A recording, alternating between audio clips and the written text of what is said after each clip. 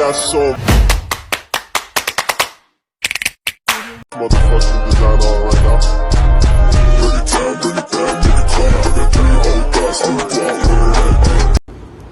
Assalamualaikum warahmatullahi wabarakatuh. Perkenalkan, nama saya Ines Ayu Triana, NIM 22306016 dari Prodi S1 Keperawatan Sekolah Tinggi Ilmu Kesehatan Makassar. Di sini saya akan membawa materi tentang sistem endokrin. Sistem endokrin adalah suatu sistem yang bekerja dengan perantara zat-zat kimia atau hormon yang dihasilkan oleh kelenjar endokrin. Kelenjar endokrin merupakan kelenjar buntu atau ekskresi internal yang mengirim hasil sekresinya langsung masuk ke dalam darah dan cairan limfe, beredar dalam jaringan kelenjar tanpa melewati duktus atau saluran.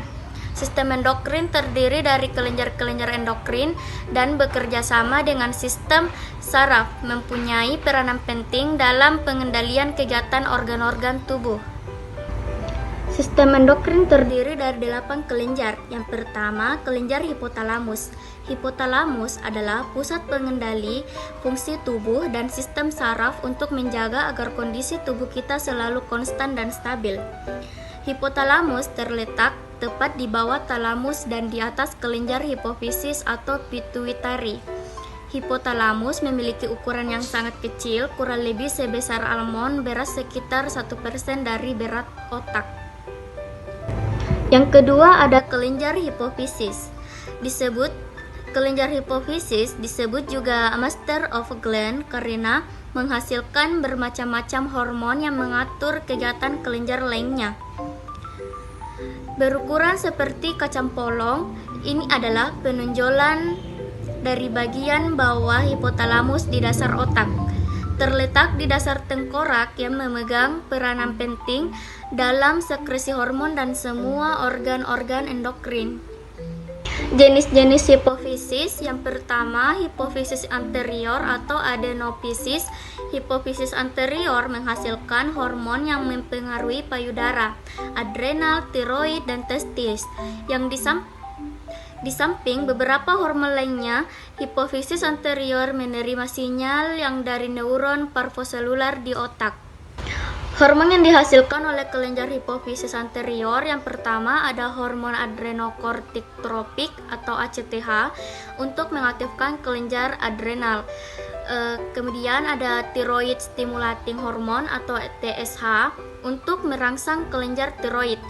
Kemudian ada follicle stimulating hormone atau FSH untuk merangsang ovarium pada wanita dan testis pada pria, untuk merangsang ovarium untuk mengaktifkan ovulasi pada wanita. Selanjutnya ada luteinizin hormone atau LH untuk merangsang ovarium atau testis. Selanjutnya ada hormon pertumbuhan atau GH untuk membantu dalam pertumbuhan manusia. Selanjutnya ada hormon lysing hormon atau GHRH untuk melepaskan hormon. Yang terakhir ada prolaktin. Yang ini untuk mengaktifkan produksi susu setelah kelahiran anak pada wanita. Yang kedua ada hipofisis posterior atau neurohipofisis. Kelenjar utama yang dipengaruhi oleh hipofisis posterior atau belakang adalah ginjal. Hipofisis posterior menerima sinyal dari neuron magnoselular di otak. Hipofisis posterior menyimpang kelenjar dan melepaskan hormon seperti oksitosin dan hormon antidiuretik atau ADH. Yang ketiga, kelenjar tiroid. Kelenjar tiroid terletak di dalam leher bagian bawah, melekat pada tulang laring, sebelah kanan pada trakea, dan melekat pada dinding laring. Kelenjar tiroid terdiri dari 2 lobus, yaitu lobus dextra dan lobus sinistra. Yang ini saling berhubungan. Masing-masing lobus tebalnya 2 cm, 4 cm, dan lebar 2,5 cm. Pembentukan bergantung pada jumlah yodium oksigen yang masuk ke dalam tubuh, sumber utama untuk memelihara keseimbangan yodium dalam makanan dan air minum. Hormon yang dihasilkan oleh kelenjar tiroid. Yang pertama ada tiroksin. Tiroksin mempengaruhi pertumbuhan, perkembangan, dan diferensiasi jaringan tubuh. Yang kedua ada kalsitori, yaitu mempengaruhi dalam mengubah tirosin. Yang ketiga ada triiodopionin, yaitu mempengaruhi metabolisme sel, oksidasi di sel tubuh, dan produksi panas tubuh. Yang keempat ada kelenjar paratiroid. Paratiroid terletak di atas selaput yang membungkus kelenjar tiroid. Terdapat 2 pasang atau 4 buah terletak di belakang tiap lobus dari kelenjar tiroid, 2 sebelah kiri dan 2 sebelah kanan. Besarnya setiap kelenjar kira-kira 5 x 5 x 3 mm dengan berat antara 20 sampai 30 mg berat. Keseluruhan lebih kurang 120 mg. Selanjutnya ada kelenjar adrenal. Kelenjar adrenal ini berbentuk ceper, terdapat pada bagian atas dari ginjal, beratnya kira-kira 5-9 gram. Berjumlah 2 buah sesuai dengan jumlah ginjal. Adrenal ini terdiri dari 2 bagian, yaitu bagian luar atau korteks yang berasal dari sel-sel ektodernal. Bagian korteks menghasilkan hormon-hormon yang dikategorikan sebagai hormon steroid, sedangkan bagian medula menghasilkan katekolamin. Selanjutnya kelenjar pankreas. Pankreas adalah suatu alat tubuh yang agak panjang yang terletak retroperitoneal dalam abdomen bagian atas, di depan vertebra lumbalis 1 dan 2. Kepala pankreas terletak dekat dengan duodenum, sedangkan ekornya sampai ke lien. Pankreas menghasilkan 2 kelenjar, yaitu endokrin dan kelenjar eksokrin. Pankreas menghasilkan kelenjar endokrin, yaitu insulin. Insulin merupakan protein kecil terdiri dari 2 rantai asam amino, satu sama lainnya dihubungkan oleh ikatan disulfida. Sebelum dapat berfungsi, ia harus berikatan dengan protein reseptor yang besar dalam membran sel. Sekresi insulin dikendalikan oleh kadar glukosa darah. Kadar glukosa darah yang berlebihan akan merangsang sekresi insulin, dan bila kadar glukosa normal atau rendah, maka sekresi insulin akan berkurang. Selanjutnya ada kelenjar pinealis. Kelenjar pinealis terdapat di dalam ventrikal otak, berbentuk kecil dan berwarna merah seperti sebuah cemara. Kelenjar menonjol dari mesencephalon ke atas dan ke belakang coliculus superior. Fungsinya belum diketahui dengan jelas. Kelenjar ini menghasilkan sekresi interna dalam membantu pankreas, dan kelenjar kelamin berperan penting dalam mengatur aktivitas seksual dan reproduksi manusia. Selanjutnya ada kelenjar timus. Kelenjar timus terletak dalam rongga mediasterium di belakang ostrenum di dalam rongga toraks, kira-kira setinggi bifurkasi trakea. Warnanya kemerah-merahan dan terdiri dari 2 lobus. Pada bayi baru lahir sangat kecil dan beratnya kira-kira 10 gram.